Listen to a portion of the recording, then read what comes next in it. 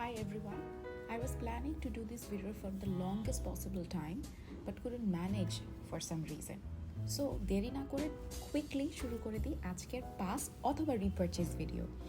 So আমার সামনে কিছু প্রোডাক্ট আছে যেগুলো আমি লাস্টের কয়েক মাস ধরে শেষ করেছি, একদম কমপ্লিটলি শেষ করেছি। এগুলো নিয়ে আমি আজকে আমার রিভিউটা দিব। এটা খুবই কুইক একটা রিভিউ হবে যে আসলে আমার কেমন লেগেছে এবং আমি এটা কিনবো নাকি কিনবো না। সো প্রথমে কথা বলতে চাচ্ছি হচ্ছে এই নামবুজিন ক্লিনজারটা, এটাকে বলা হচ্ছে ইজি পিজি ক্লিনজিং অয়েল। এটা আমি আর কখনোই কিনবো না। এটার থেকে বাজে ক্লিনজিং অয়েল আমি আমার লাইফে আর কখনো ইউজ করিনি। আমি প্রত্যেকবারই ডিফারেন্ট কিছু ক্লিনজিং অয়েল ইউজ করার চেষ্টা করি, ট্রাই করার চেষ্টা করি, বাট এটা আমাকে এত স্টিং করেছে, স্পেসিফিকলি আমার আই এত স্টিং করেছে, এত ঘোলা করে ফেলেছে, এবং মেকআপ তো এটা ঠিক মতো একদমই তুলতে পারেনি। সো এটা আমার জন্য একটা পাস। এরপরে কথা বলছি এই নাইনলেস ব্রি ওয়ার্কস হেয়ার গ্রোথ শ্যাম্পুটার। এটা ছেলে মেয়ে সবাই ইউজ করতে পারে, অ্যাটলিস্ট আমি বিশ্বাস করি সব ধরনের শ্যাম্পু সবাই ইউজ করতে পারে, বাট এখানে স্পেসিফিকলি বলে যে কিছু দেওয়া আছে এই জন্যই বললাম। এটা মোটামুটি একটা ভালো শ্যাম্পু ছিল, আহামরি কিছু না দাম অনুযায়ী। এটার দাম প্রায় মনে হয় 1600-1700 টাকা ছিল, বাট বটলটা অনেক বড়। অ্যাজ ইউ ক্যান সি এটা প্রায় 500 ml একটা বটল ছিল। এটা আমার অনেক দিন গিয়েছে যেহেতু আমার চুল বেশ ছোটো। আমি এটা রিপারচেস করব না, আবার বলবো না এটা খুব বাজে, বাট যেই দাম ছিল সেই অনুযায়ী এমন আহামরি কোনো গ্রোথ আমি আমার হেয়ারে দেখিনি। সো এরপরে অ্যাটলিস্ট আমি এটা কিনছি না।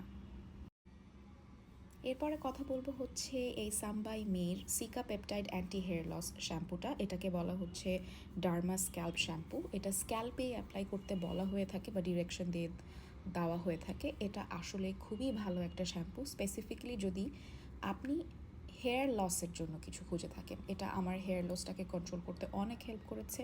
অ্যান্ড মোস্ট ইম্পর্টেন্টলি এখানে যতগুলো কথা বলা আছে যে পেপটাইড কমপ্লেক্স কথাটার পাশে স্ক্যাল্প কেয়ার, কুলিং, লো পিএইচ, এই সবগুলোই আমার জন্য অ্যাপ্লিকেবল ছিল। স্পেসিফিকলি শ্যাম্পু করার পরে মাথাটা একদম ঠান্ডা হয়ে যেত। সো গরমের সময় তো এটা আমার জন্য একদম প্লাস প্লাস ছিল। সো ডেফিনেটলি এটা আমি আরেকটা কিনবো যদি আমার হেয়ার লসের প্রবলেম এরপরে আর হয়ে থাকে। এরপর এই স্কিন 1004 এই প্রোডাক্টটার কথা না বললেই না। এটা হচ্ছে মাদাগাস্কার সেন্টেলা হাইলুসিকা ওয়াটার ফিট সান সিরাম, SPF 50+ PA++++, অনেক বিশাল একটা নাম, কিন্তু এটা খুবই খুবই খুবই ভালো একটা সানস্ক্রিন। এটা একটা হাইড্রেটিং এবং গ্লোই একটা লুক দেয়, এবং মোট কথা হচ্ছে এই গ্লোই হাইড্রেটিং লুকটা দিতে গিয়ে চেহারাটা চিটচিটে বা তেলতেলে করে ফেলে না। খুবই ভালো লাগে এটা মেকআপের সাথে, মেকআপ ছাড়াও ইউজ করা যায়, কারণ টু বি ভেরি অনেস্ট একটা হেলদি গ্লো দিয়ে থাকে, এবং আমার যেটা মনে হয় এটা প্রপার একটা প্রোটেকশন দিয়ে থাকে। আমি এটা রেগুলার ইউজ করেছি। এটা আমি ইউজ করা শুরু করেছি সামারের শেষ থেকে, ফলের শুরুর দিক থেকে, এবং শীতকাল আসার আগে এটা শেষ হয়ে গিয়েছে। আমি এটা ডেফিনেটলি রিপারচেস করব। এখন করব না কারণ এখন আমার অনেকগুলো সানস্ক্রিন আছে, but definitely it will be a repurchase for me.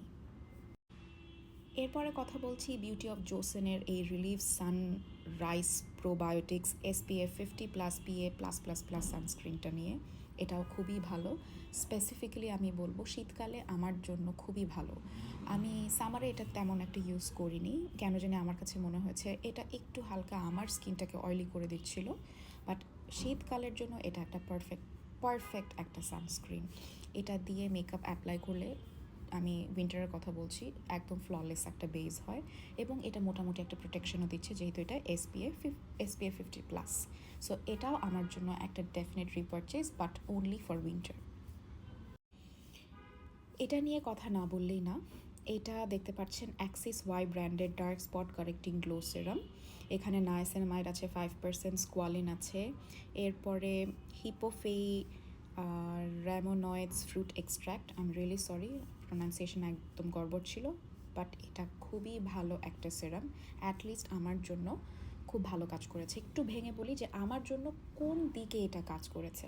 এখানে বলা হচ্ছে dark spot correcting glow serum. To be very honest, এটা ডার্ক স্পট ফেড করতে আসলেই সাহায্য করে, এবং আপনার স্কিনে একটা হালকা গ্লো এনে দেয়। আমি বলবো না যে আপনি চকচক করবেন, গ্লাস লাইক স্কিন হয়ে যায়নি, বাট আমি বলবো যে আমার স্কিনটা অনেক হেলদি হয়েছে, কারণ এটা আমি রেগুলারলি সকালবেলা এবং রাতের বেলা ইউজ করছিলাম।